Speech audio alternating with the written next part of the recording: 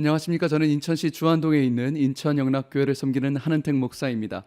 영국의 25살의 한 청년이 예수님을 만났습니다. 그런데 그가 살고 있는 땅이 영국인데 이 나라는 당시에 노예 무역이 성행했습니다. 잔인한 국가였는데 어느 날은 끔찍하게도 한 노예 섬에서 192명의 노예를 배에 태워서 데리고 오다가 그 중에 60명의 노예가 전염병에 걸려서 죽게 됩니다. 그래서 선장이 이걸 어떻게 했냐면 어차피 그냥 놔두면 다른 노예들도 전염병에 걸리고 산채로 데려가도 뭐 병에 걸렸으니까 제값을 못 받으니까 이 선장이 실제로 살아있는 흑인 노예 남은 132명을 전부 다 바다에 던져버립니다. 돌을 매달아 가지고 다 죽이는 거죠. 그리고 영국에 돌아와서 보험회사에 가서 192명의 노예에 대한 배상을 신청합니다. 죽었다고. 끔찍한 일이죠. 근데 여러분, 더 충격적인 건 그 다음입니다. 그 중에 132명 중에 물속에 빠졌던 흑인 한 사람이 기적적으로 살아나서 헤엄을 쳐서 영국에 도착을 합니다. 그리고 흑인 노예가 영국 법원에다가 이런 끔찍한 일이 있었다고 소송을 제기합니다. 그래서 사건이 들춰진 것이죠. 그런데 여러분, 그때 영국 법무부 장관이 이런 이야기를 합니다. 노예는 가제 도구일 뿐이다. 이 소송은 무효다라고 얘기하는 것이죠. 대법원장이었던 맨스필드는 뭐라고 얘기하냐면, 노예, 그것은 마치 말을 바다에 빠뜨리는 것밖에는 아니다. 동물을. 그러니까 여러분, 지금 영국 사람들이 노예를 사람으로 안 봤다라는 것입니다. 진심으로 사람이 아니라고. 그래서 이 사건이 기각당해 버립니다. 기각이에요. 무효가 된 것이죠. 여러분, 이게 당시 영국의 그 잔인한 사람들입니다. 그때 25살 한 청년이 예수님을 만나고 그가 영적인 눈을 뜨게 되는데 뭘 보냐면, 하나님, 저 흑인들이 색깔은 다르지만 그들도 하나님의 자녀입니다. 그들도 하나님의 존귀한 자녀입니다. 하나님, 그 하나님의 자녀에 대한 눈을 뜨고요, 그들에게 마음에 대한 그 간절한 책임 의식이 생기는 것입니다. 이 청년이 어떻게 하면 그 흑인들을 볼 때마다 하나님의 자녀로 대접받게 할 수 있을까? 뭔가 거룩한 책임 의식이 들어오기 시작하는 것이죠. 이 청년이 30살에 영국 하원 의원으로 당선이 되고 국회의원이 되고 나중에 노예를 해방하려는 운동을 벌이는데 죽을 고비와 협박과 암살의 위험까지 모든 것을 이겨내고 18년을 뛰어갑니다. 18년을 싸웁니다.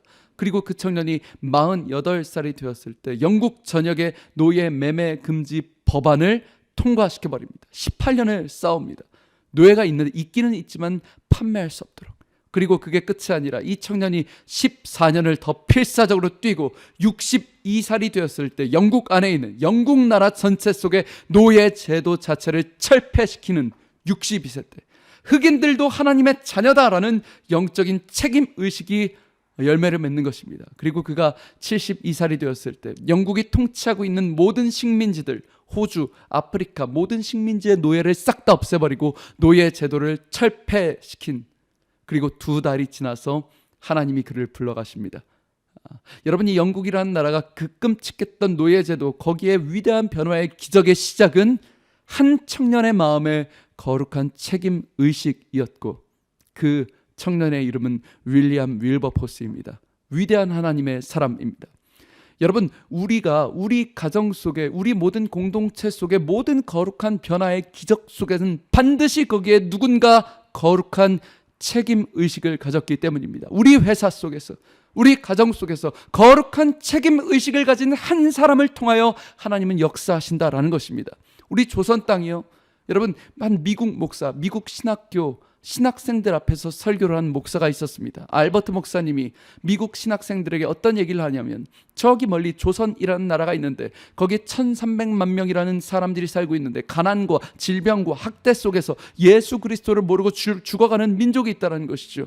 그런데 작년에 조선의 문이 열렸고 이제 가서 복음 전하면 된다고 목사님이 설교를 했습니다. 여러분, 그날 알버트 목사님의 설교를 듣고 미국 신학생들이 감동을 받고 은혜를 받습니다. 근데 문제는 뭐냐면, 모든 신학생들이 은혜는 받았는데 한 명도 자원하지는 않았다는 것입니다. 한 명도 그 조선 땅을 향한 거룩한 책임 의식을 가진 청년이 없었다라는 것이죠. 근데 그 중에 딱 한 청년이 원래 인도 선교를 가려고 인도 말까지 다 배웠는데 이 청년이 그날 그 목사님의 설교를 듣고 나서 감동이 있는데 내가 거룩한 책임의식이 생기는 거예요. 비록 내가 인도 가려고 언어까지 다 배웠지만 지금 저기 조선이라는 나라에 1300만 명이 넘는 사람들이 배우지 못하고 먹지 못하고 가난 속에서 저렇게 억압당하며 죽어가고 있는데 복음을 전할 사람이 필요하다는 것이죠. 근데 아무도 가지 않으니까 이 알버트 목사님이 그 청년을 불러서 네가 가라. 하나님께서 네 마음에 거룩한 책임의식을 주셨다면 네가 인도를 내려놓고 가라 하고 조선 땅으로 왔습니다. 그것이 바로 언더우드 목사님입니다. 연세대학교를 세우신 분이시죠. 여러분, 이 언더우드 선교사님의 그 다른 신학생들은 감동받고 하지만 거기서 끝났을 때 거룩한 책임의식을 가지고 조선 땅을 향한 책임의식을 가지고 그 선교사님이 왔을 때 하나님은 위대한 기적을 일으키시고 우리 지금 이 대한민국이라는 영적인 강국을 만들어 주신 것입니다. 사랑하는 방송가족 여러분, 만약 우리가 우리 가정에 하나님의 기적의 역사를 보고 싶으십니까? 만약에 우리 직장 가운데 하나님의 거룩한 역사를 보고 싶으십니까? 그냥 단순히 감동받는 것으로 끝나서는 안 됩니다. 우리 기업 가운데 하나님의 기적을 맛보길 원하신다면 은혜 받는 것에서 끝나시면 안 됩니다. 영적인 책임의식을 가지는 것입니다.